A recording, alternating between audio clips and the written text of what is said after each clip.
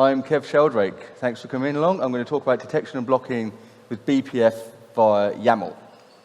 And I'll talk about what those things are as we go through. You always have to have the slide that says who you are. And the main reason for putting this slide up was because I wanted to highlight that I'm just completing a master's degree in psychological methods, and I'm starting my PhD this month, all part-time, that I do on top of my day job. But actually, funnily enough, I didn't know Paul was going to be doing the keynote, and back around the time I worked for Vega, I did actually work with Paul, and in a pen testing capacity, and go on the lash with him in some relatively sensitive places. So it's been a long time. It's a joy to see Paul. So I do feel very privileged to having worked with him. But I've worked in some interesting places, and I wanted to highlight Microsoft Sysinternals on there, which you are probably all aware of as an organisation within Microsoft. I ported Sysmon, their most popular, most complicated tool, from Windows to Linux using BPF to replace the Windows driver, working directly with Mark Russinovich, and that was an awesome project. So shortly after we released that, I got approached by a surveillant who make and maintain BPF in the Linux kernel, as well as make a tool called Cilium, which is a CNI for Kubernetes, and Tetragon, which I'm going to talk about today, which is a security and network and observability tool, which is where I am kind of today. But I always put up the slide to advertise my blog, which I run with my wife, called Cosmic Pancakes, which is about the weird and wonderful world of hypnosis. With my supervisor at the University of Sussex, we are setting out to destroy hypnosis because we think it's silly. And if you read our blog, you'll see a lot of sarcasm about old hypnosis books and old hypnosis ideas, as well as reviews of actual academic papers and books, and interviews with some luminaries of that industry, well, of academia. So come for the science and stay for the sarcastic book reviews, or come for the book reviews and stay for the science.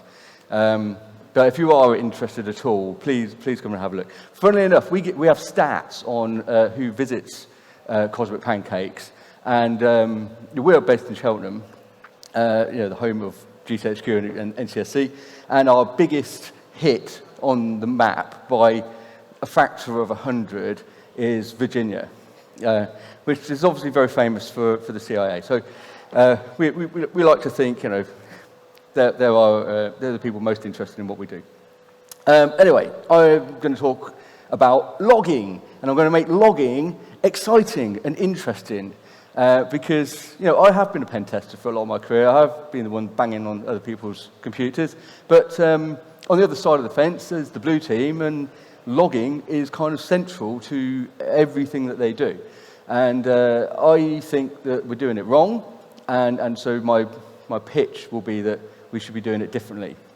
So I will talk about an open source tool that we've made, which I think helps with this, and how it works, give some examples, do some live demos that should work, and at the end I'll tell you where we're going, because this is the start of a journey, not the end of one. So, logging. For me, most logging systems and EDRs are reminiscent of this, like that DVD player that says don't take it apart and see how it works. Even if you're using something like K-Audit or Audit D, Audit Beat, or a paid-for EDR or whatever, they feel very much like, please don't look inside the box. Please don't change how it works. Please don't modify it in any sort of way, apart from the configuration options that they give you.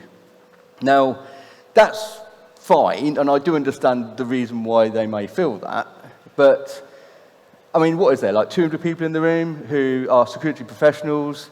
I don't think that we can predict the next technique in exploitation that might come out tomorrow, next week, next month, next year. I don't think we can predict it because it'll be novel, it'll be different, it'll be a new thing that we've never thought of or never seen before. And if we can't predict that, I don't think the people making your login system can predict that. And so when that technique comes out and people start to use it, how do you observe that? How do you log the fact that that's happening? You probably wait for an update from your vendor. Well, good luck in the meantime. Your vendor may decide never to provide that observability because it's too difficult. They don't know they don't care so much about it as you might care. If you're using something like K-audit in the Linux kernel, audit D, etc., then you theoretically can modify this software yourself, but obviously that's quite tricky. And fundamentally, it may not have the reach into the kernel to see the things that you actually need to see in order to observe that technique being used. So my pitch today is don't buy a logging system, don't install somebody else's logging system, but build your own logging system. And because that way, when the new technique comes out, you can modify your logging system in order to see and observe those things. So that's the basis of the next 50 minutes, is me trying to tell you that it's not that difficult to do, and it's a really good idea to do it. Now, if you were here last year, you will have seen me standing here, not here in the ILEC, obviously, but standing behind this particular lectern, giving a talk about BPF. And that talk was slightly different to this talk. What I talked about last year was how BPF works. So it was a lot of in-the-weeds C code. It was talking a lot about the difficulties of using BPF, the complications of how it works, and how to get around some of those limitations and how to make it work for you. Obviously, I was talking to a very small number of people who are going to get their hands dirty and literally write BPF code. This year, I'm talking about using BPF in a different way, where you don't have to write any code at all. You can just build some YAML. And I know you can all build YAML files because my son's 14 and he's been writing YAML for years, mainly because Minecraft uses YAML to configure its modules, right? So, and if he could just pick it up and do it, then I'm sure all of you can as well. So if you didn't see the talk, it's on YouTube. I mean, you can get to it nowadays. BPF is very powerful. You can basically hook any function in the kernel and run your code, very much as if you could with a kernel module. The difference with BPF is that it's portable. We can compile the BPF programs locally. We can ship them to all manner of different Linux systems running different versions of distros, different kernel versions, different configurations, and it will just seamlessly insert and run, which you can't really do with a kernel module easily. And where it runs, it can see all sorts of things in the kernel, so it can get a lot of state about what's running and what's actually happening. And it can store that state, it can inspect its own state, it can chain things together, and it can report things to user space. So you can do a lot of cool stuff with BPF. If you've never written code that runs inside your Linux kernel, I recommend that you do at some point, just to see what you can actually do with it, because it's quite cool. The problem with that is that you really do have to do it yourself. BPF is powerful, but with great power comes great complexity, and it can be quite hard to do. Now, there are some logging tools and EDRs out there using BPF. It doesn't make them any better than the K-audit or kernel module-based logging systems that existed before them or exist separately to them. Most of them, and I'd like to say all of them, are using BPF as if it's kernel module technology. They're leveraging BPF as a good way of accessing that information, but they're not exposing BPF to you as the user. They're not giving you the ability to configure that BPF or own it or change it or shape it. So you're still pretty inflexible about what you can do. If the new technique comes along, you need to wait for your vendor to modify their login system, just as you would if you're running K-audit or a kernel module-based one. But BPF is difficult. That is the other main thing I talked about last year, is just how tricky it is to get right, and tricky to get your code to actually run. If you do watch the talk from last year, there's examples, there's links to repositories, I've written files, text files on these things, I've provided example code, all sorts of things to get you off the ground if you really want to do it. The main two things are, one, it doesn't follow the normal format of any other programming you've ever done, which is quite annoying. And secondly, when you load your program into the kernel, it is statically analyzed by a verifier, which will throw your code out and not run it if it doesn't meet its requirements. And its requirements are quite stringent. It needs to make sure the program will end within 1 million instructions. It needs to make sure you're not accessing memory you're not allowed to access. There's no possibility of dereferencing a null pointer. It's there to make it safe. And it's not to say that it's impervious. There are some great CVEs of bypassing the verifier, and I know some of the people responsible for some of those bugs. But you can't do that by accident. Like the ways that people found around the verifier involve some very specific circumstances that you wouldn't stumble across. Like you only get there by actively trying to get past it. So if you're not actively trying to bypass the verifier, it does a good job of stopping you, which makes life quite difficult to write code because it obviously gets in the way a lot of the time. So instead of writing your own BPF, wouldn't it be great if a tool existed that was easy to configure, generic enough, that could leverage all the power of BPF and give it to you in your hands without you having to write any code? Well, again, my pitch is Tetragon is that tool.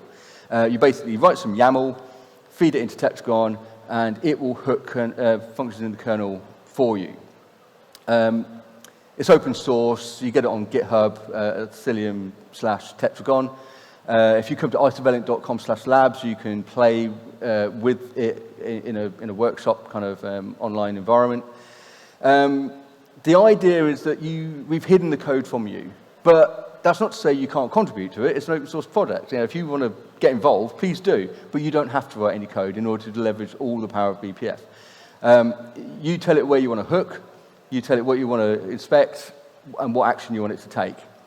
And it knows about complex data types. So when it sends those messages to user space to output them, it will annotate them with actual information as opposed to just a pointer to a type in kernel memory that you can't see.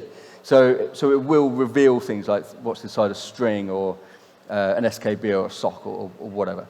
And obviously, it copies buffers on return as well. So we're not just hooking the entry point of functions, we're also hooking the exit points as needed. Because if you hook a read function, like reading from a file or a network socket or whatever, the buffer on the way in is pretty boring to you. The buffer on the way out is the one you want to see. So we can obviously do that as well.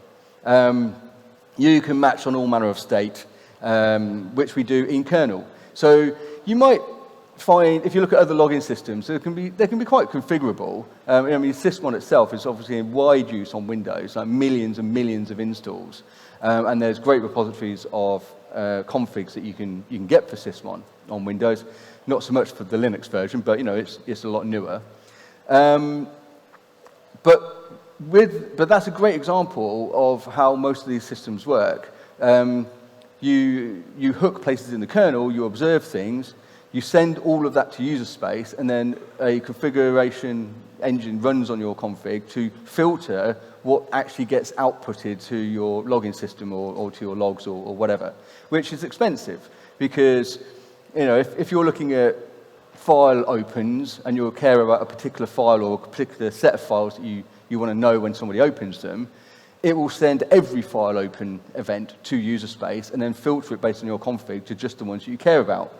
The better way, and the way we do it at Tetragon, is we do all that filtering in the kernel. So we don't have to create an event if it doesn't match your conditions. We don't have to stick that in a ring buffer and send it to user space with the possibility of overflowing the ring buffer and dropping events. We don't have to unpack that event in user space and then run some sort of match on it there. We do all that inside the kernel, which you don't generally find in other tools in this area. It's just down to the expertise in Isovalent and in the company where I work, where we can build those things and make them actually work in the kernel. So you can look at a lot of state and you can report things that you care about. I'll talk about file descriptors and tracking sockets a bit later in the talk because they are two very key things that you really need for a system like this. And as I said, it's easy. You basically write some YAML, tell it where to hook, what arguments you expect that function to have, what state you're interested in, which could be the arguments, it could be other things, what decisions you want to take, and then what actions you want to do as a result. And I'll come to that. So in terms of where would you use Tetragon, we think you build a login system. That's a main thing. It's there for network and security observability. we think that you could use this to replace your EDR, replace your logging system. But you can also do other things. I mean, we can block functions, we can kill processes, again, all from the kernel. So that's another thing to sort of say. You know, if you have an EDR where if you have it configured that if it sees certain activity, then it's deigned to be malicious, you want to kill that process or you want to block that function from running, usually the way that works is that event is generated in the kernel, in a kernel module or wherever, sent to user space, which checks your configuration, matches it up, and then goes, oh, I need to kill that process. Well, if microseconds have passed since the activity took place, first of all, you can't stop that function from running. It's already run. And secondly, that process might have completed its malicious activities by the time you kill it. So great, you've stopped it, and it's not going to do any more, but it might already have backdoored your system, installed a user, rootkitted your kernel, whatever, right? With in-kernel filtering and in-kernel actions, as we have in Tetragon, you can stop the function from actually running and just return your own custom error code to the user space. But before it even gets to user space, you can then send it a kill signal. So the moment it task switches back to that process, it's killed. And so the malicious action is stopped before it actually happens, which I think is kind of key. I put on there the bottom two bullets. You can make a better strace. I mean, strace is wonderful and great for tracking what processes are doing, but it gives you a lot of information. It gives you a lot of syscalls. You might not be interested in all of them, so you might need to choose. But it's only syscalls, which syscalls are the interface between the user space program and the kernel. You want to open a file, you ask the kernel to open a file via a syscall. You want to send a network packet, you ask the kernel to send a network packet via a syscall. So that's where strace looks. But you might want to hook elsewhere in the kernel, deeper in the kernel. You might want to hook at common places that many syscalls interact with to save you having to monitor every syscall. So you could build a better strace straight out of writing some YAML, basically, and running Tetragon. And I say debugging kernel bugs. Obviously, we have kernel maintainers at Isovalent who are constantly editing and patching the Linux kernel. The traditional way of debugging your kernel is to run it in a virtual machine and attach GDB to the virtual machine, and then exercise it as if you're exercising any user space process, which is one way of debugging. The other way is inserting print case statements in the bits of the kernel where you want to know what's going on and recompiling it and running that particular kernel, which is still goes on today, I will add. But now people at Isovalent who are doing this are just using Tetragon, just to observe what is going on in depth at the points where they care about, without having to change the kernel, without having to reboot it, without necessarily having to attach a debugger to it. So you can do some kind of cool things.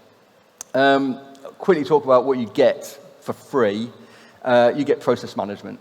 It basically observes every execution, and we're talking exec-VE type executions, not process hollowing, which isn't technically an execution.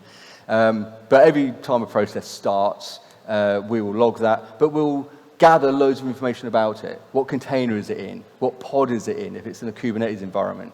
What user credentials, etc. Lots of useful information, and we'll store that in a database. And then every time you have another event of some other type, like the sort of hooks I'm going to talk about, it will add that process information to that event. So once it's in your seam or in your logs, you don't have to manually tie that back to the process execution to find out all the information. It's already there, already attached. And that's a very cheap way of adding that information. So an event kind of looks like this. I know it's in 2 columns, but it's like one piece of JSON. I don't know if it's readable. It probably is.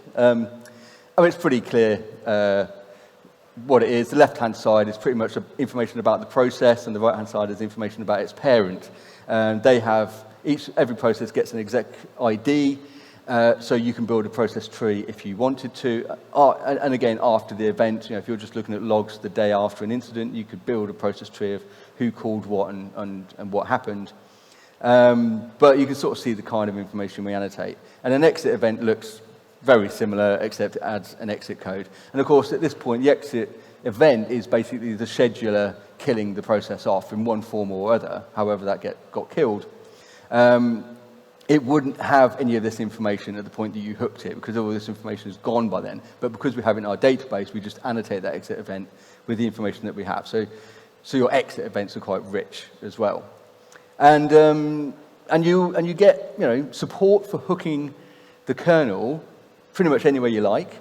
Documentation, examples, etc. There's a Slack channel which we have a lot of people sat in talking about and helping you build better YAML, like dealing with potential bug reports, fixing bugs, lots of stuff going on, because we're trying to build outwards into where we might have a community where we can all help each other with the sort of detections.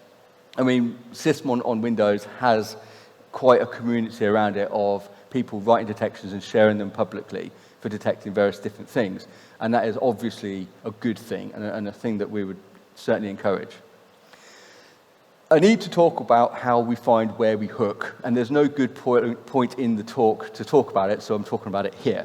But how do you go about finding where to hook? If you've never read the kernel source, and I'll admit, I hadn't that long ago, it feels like a lot of source code to wade through in order to work out what you actually want to do. Well, we use the Elixir at bootlin.com because that has the source code for all the vanilla Linux kernels for every version, and it's all hyperlinked.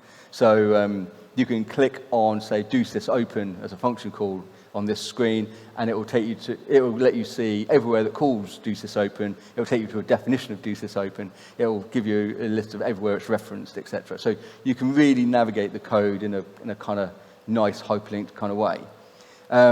What you would normally do, if you imagine that the syscall interface is the interface between your user space programs and the kernel, syscalls are kind of a good place to start. And you can just search for sys and then syscall, or you often do sys and syscall to find those entry points. But you might not want to hook a syscall itself. There might be good reasons for that. If you saw the Phantom Attack talk at DEF CON 29, they picked on BPF tools, BPF logging tools, not Tetragon, I might add, but or even Sysmon for Linux, because we do things differently. But what they were showing was that if you just log syscalls and you log the buffers that you pass to the syscall, so like maybe you want to open a file, you use the open at syscall, and one of the buffers you give it is the path to the file. Well, what they showed was that buffer can change because it's a user space buffer, and it can change between the point that you observe it in BPF and log it, and the kernel actually tries to open it. So it could look to your logs that they tried to open /temp/foobar, but what they actually opened was /etc/shadow. So obviously that's bad. They made that we all knew you could do that, but they made it a reliable attack and brought it to a lot of people's attention. So you might not want to hook a syscall directly, but if you follow the breadcrumbs, follow the functions that the syscall calls, at some point the kernel will copy those buffers into its own kernel memory, and any point after that, if you hook a function that's using the kernel buffer, you can be sure that the buffer that you're reporting is the buffer that the kernel acted upon, which is what you want from your logs. You don't want this kind of pollution. So start with syscalls and then follow the tracks until you find out where it's going. Let me give you some examples, and some examples I'll actually run to demonstrate. So you might care about escalating privileges, about people running sudo, for example. That's the sort of thing that you might want to log. Well, there's the set res uid function that will change your real, effective, or saved user ID. So with this bit of YAML, that you can install into Tetragon, it will hook, as you can see, the sys_set res uid function, which is annotated as being a syscall. So we're using the syscall tracepoint interface as opposed to the kprobe generic interface, which can hook anywhere. We tell it what arguments the function has. So there's 3 arguments, 0, 1, and 2. We stated here that they're all integers because a uid_t is basically an integer. And then I've labeled them so that when we get the JSON logs out the other end, we can tell, we can understand what those arguments are. Rather than just being argument 2 is changed to 0, it will say the SUID has changed to 0. And then we can have these selectors, and these are selectors that run in the kernel. So these are in-kernel configuration matches. And I've got 2 here that match on the arguments. The first one matches on our index 0, which is the real user ID, and it's checking if it is being changed to 0 or set to 0. And the second one is matching on index 1, which is the effective UID, and whether that's being set to 0. Now, I have 2 match args blocks because they are logically ORed. So if either of those gets set to 0, this will fire. If I put both of those index arguments into the same match args block, they would be ANDed together, and it would only fire if both were being set to 0. There will be times when you want to do one or other, but you can do either. And you can have as many as you like, and it will take the default action, because there's no action specified, which is to log it. So if it sees those conditions, an event will come through to user space. But it won't send to user space every other call to set RESUID that you don't care about. Another thing you might want to monitor is the BPF syscall itself, because if people are running the BPF syscall, they might be unloading your programs, or they might be loading their other programs, they might be loading a rootkit. There are all sorts of things that you could do with BPF that might be bad, so you might want to monitor that. But if you monitor the BPF syscall itself, it's one API, one interface for every BPF function. And it generally gets past an opaque void star kind of pointer. Whereas underneath the syscall, you'll find it calls these functions. BPF check, security perf event alloc, or security BPF map alloc, which are called when a program is loaded, when a program is attached, or when a map is created. A map being shared memory that BPF programs and user space programs can all access. So these are K-probes. They're not sort of syscalls themselves. They were found by following the breadcrumbs from the BPF syscall. But if you monitor these, you'll get events when someone tries to load a BPF program or create a map or access a map. And you can see that the types are things like BPF actor or perf event or BPF map. They're rich types. They're obviously opaque structs typically, but we'll break those down and we'll extract all the information from them so you get information about which program it's trying to load or which map it's trying to create. So a lot of this is logging, like detection, sticking events out. That's typically what something like K-Audit would do, or something built on K-Audit. Pretty much going to be a detection unit. It's going to make logs. You can look at those logs. You can act upon those logs. But there's other things you can do as well. If you're 99% sure that this particular activity is malicious, but you're not 100% sure because every now and again someone does it for real, then you might want to alert. You might want to have something outside of your typical logging pipeline and to email you or send you an SMS or send you a Slack message or something. Well, we can do that because we interact with the canary tools that Thinks make, which are, if you've never used a canary from Thinks, go and look at canary tools, go and look at Thinks canaries. They are like one of the greatest frontline defenses you can possibly have if you're doing blue teaming on a variety of platforms. So we interact with those. We will trigger those so that you can get immediate actions to tell you something has happened. But beyond that, you might want to block stuff, as I talked about before, in kernel. You might want to kill stuff in kernel. So something that you might care about is when someone runs ptrace. The ptrace function is the process tracing function that GDB uses, for example, and pretty much every other debugging system on Linux uses ptrace. It lets one process get its hooks into another process, stop it, change its memory, read its memory, do all manner of stuff. So if it happens, you might want to stop it. So all I've done here is annotated what the ptrace syscall looks like. The bit in green is a selector in order to cause an action. But if we, can we get across to a terminal? Yes, we can, and I can see my terminal down here. So I've got Tetragon running. I already started it up. It only takes a few seconds, but I'm trying to be prepared. I've got my logs coming out. This is JSON. Let me see where my mouse is.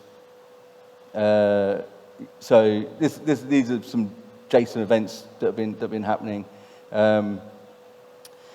which is where we'll see logs. And then I'm in the Docker container. You can get it as a Docker container, so you don't really have to like compile anything or do anything clever. You just like run a simple Docker command. If you're interested, come to my workshop at 2 o'clock. We'll do all this hands-on. But I just want to give some stuff a try. So, do I have... Right, so if I add that tracing policy, and then give it a second, right. If I was to, oops, if I can type, this is all the live stuff that we all care about. And I'm just going to GDB that sleep process, and obviously GDB is loaded, right? So if we go and look in our logs, we can see this event here will be reporting that that's just happened. There's a lot of information. So you can see it's a K probe. You can see which process was my GDB process, and my arguments, etc. And towards the end of that, you can see a function name, ptrace, and the arguments, which are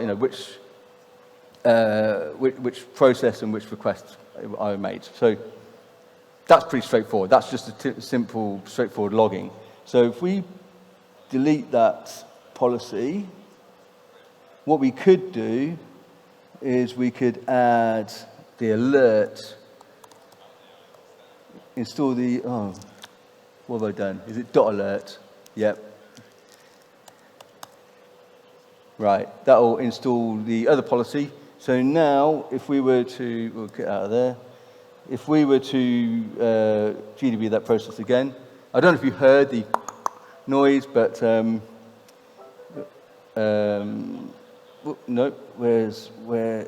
so I've got an email telling me that something has happened from Thinks Canary. There should be, it's logged out, that's what's gone on there. Sorry, let's log that back in. Got an event in there to tell me that something has happened, a ptrace event has occurred. I've also got it in my Slack channel. When I did the demo at work, I also got a text message on my phone. Somebody in the audience said, did you also get fax? Carrier pigeon. But, there's all manner of ways to get alerted from Thinks Canaries. So, there's that, a quick demo that you can alert things. So, we'll quit that again, and we'll remove that policy. Oh, no, sorry. Remove the policy. Let's quickly demonstrate blocking and killing, because that's quite easy to. So that will load in. And now if we do our GDB, it's operation not permitted. I hope you can see that down at the bottom of the thing, because we've told it you can't have that function. So quite straightforward for that. We can kill that policy off. If we put in the kill policy, sorry, that's fat fingers. You think after this many years in the industry, I'd be good at this stuff, but it's a strange thing to be doing when your monitor is all the way down there. So I've loaded that other policy. If we do our GDB again, find it. This time the process is killed before it even gets started, right? So I guess you could see how you could apply that to anything. You can apply that to a network socket, connecting to a particular IP address. You can configure that. You can hook that to a file being opened. There's all sorts of things you could do. So this one was with the alert stuff in green, block in blue, and if you're killing, you want to block and kill. Don't let them run the function if you're going to kill them anyway. Just so you can add them on. Right, I want to talk about files, because files are a problem. If you're monitoring the syscall, say openat, as I talked about before, or create or open or whatever, then the path that's provided is the attacker's path, or the user's path, but we like to think of everyone as an attacker. It's the attacker's path, and that can include directory traversal. It could include symbolic links, hard links. As I said before, that buffer can change because it's a user space buffer by the time you see it and when the kernel acts upon it. So it's not a great thing to log syscalls doing this, because what you're getting isn't really a great sort of pointer to a file. Obviously, if you just export your events to user space, you can tidy that up in user space and work out, resolve that with like path name or something, a real path. But in the kernel, that's a really difficult thing to do.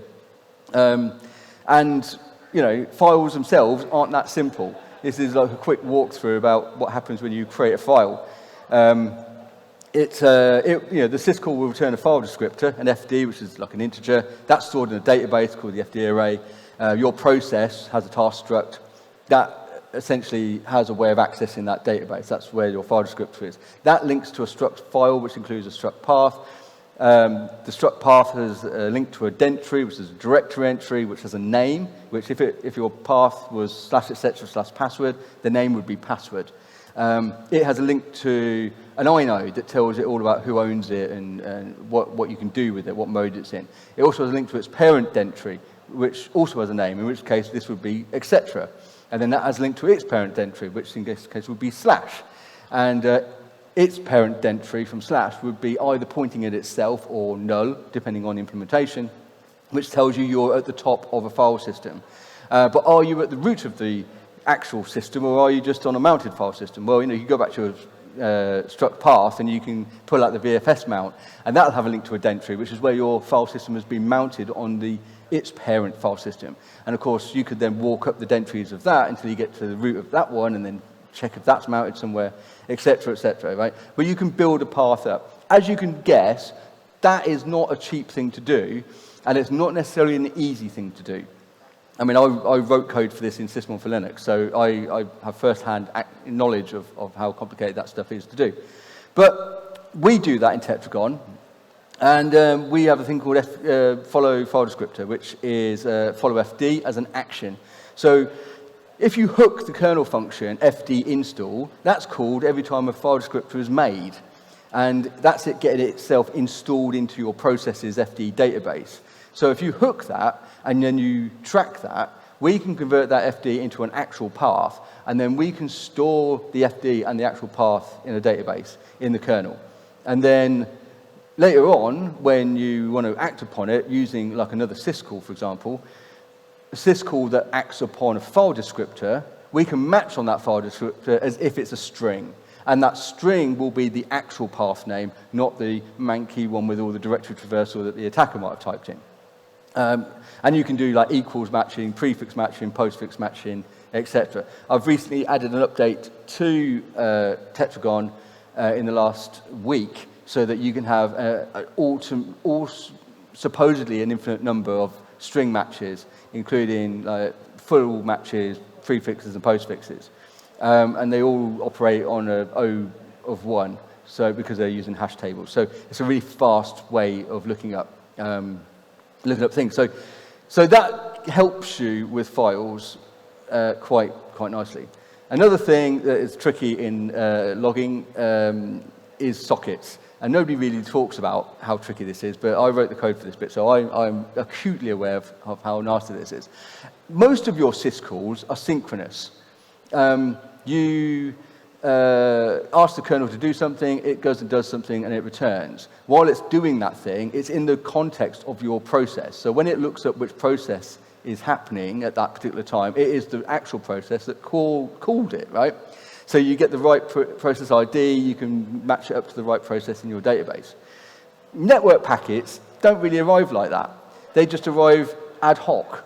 And the kernel handles them and deals with them in the context of whichever process was running, which is often not your process that actually is going to receive the packet.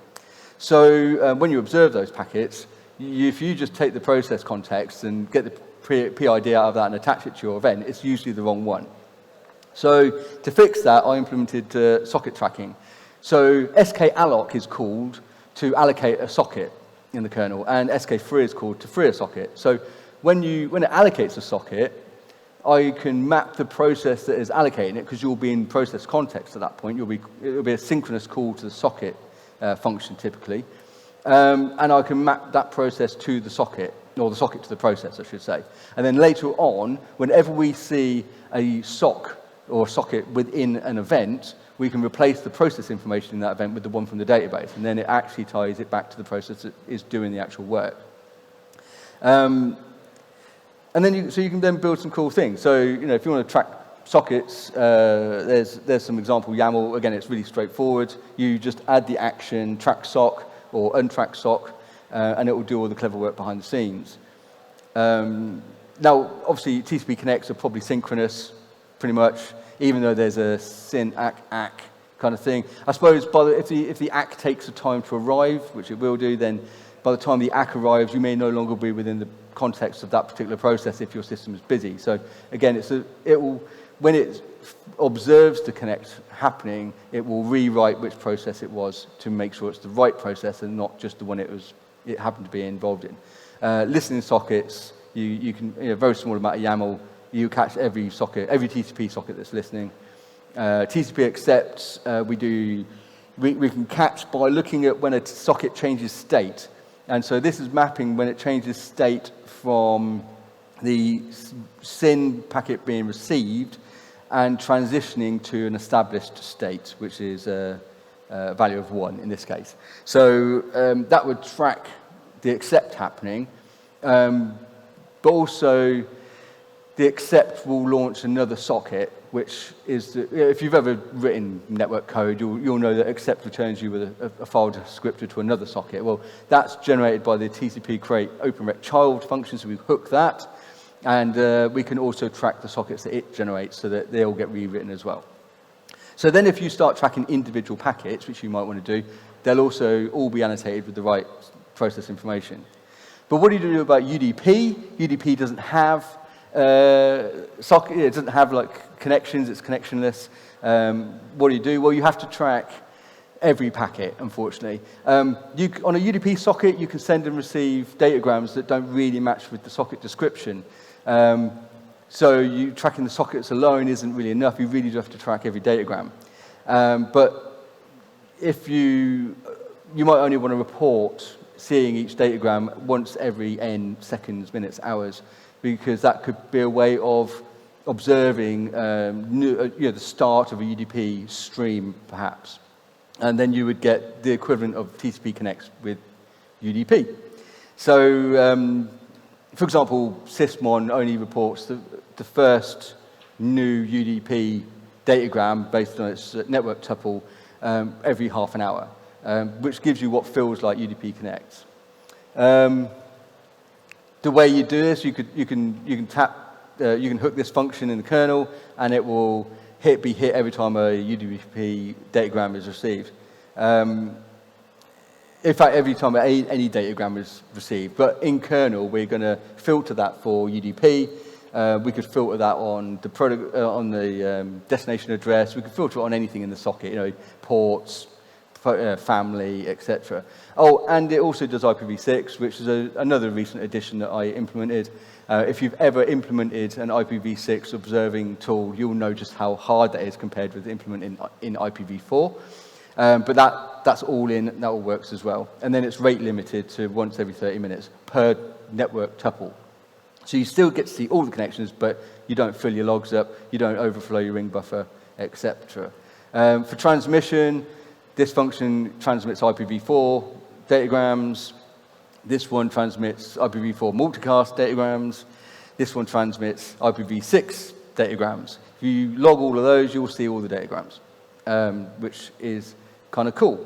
So if you tie together that network observability with the alerting, blocking, and killing functionality, which obviously all of that works on all of these hooks. It's entirely generic.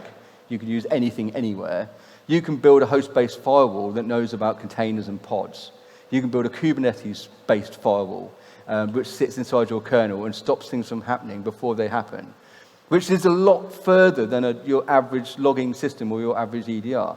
You can tie that to files. You can create states and monitor things. It's a really powerful thing, and you're only really limited by what you want to observe and how you go about observing it.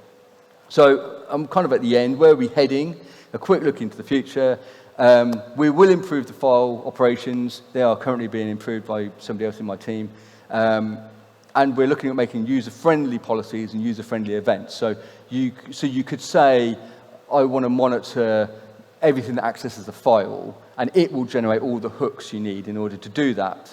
Obviously, you can still tweak them, you can still add to them, you can still change them, you can still do the hooks manually yourself as well. You know, we're not limiting on functionality, but we're going to add some of that higher level functionality that you generally see within a login or EDR system to make it easier. And also the events that come out the other side, instead of just being like, whoa, instead of just being cape-over events, they could be, they might be better described and closer to the warm, friendly stuff that a login system would generate. At the moment, it is a little bit raw, but then, whatever it is that processes that JSON will understand it. So not a major drama. We are improving the documentation. We will create a repository with some tracing policies in, and we will get to version 1.0, which means stable and production this year. So keep an eye out for when that happens. And so in summary, you're all doing logging wrong, and you should be doing it like this. It's a long road that we're still running down and we're still supporting, and we are absolutely committed with a fully funded team of developers to make this as awesome as we possibly can.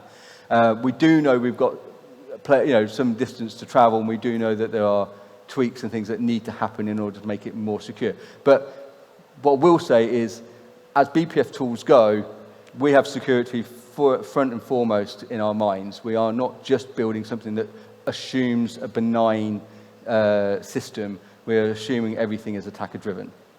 And I don't know if I have time for questions. I don't even know who I should look at, but that's kind of me. You can get the source on GitHub. Come to isurveillance.com/labs if you want to have a play with it. Come to my workshop at 2 o'clock if you want to get hands-on and play with some YAML. And please bring an Ubuntu VM that's recent with you in order to get it to work. If you've got a Mac, we can do that with Lima really fast. Other than that, thank you very much.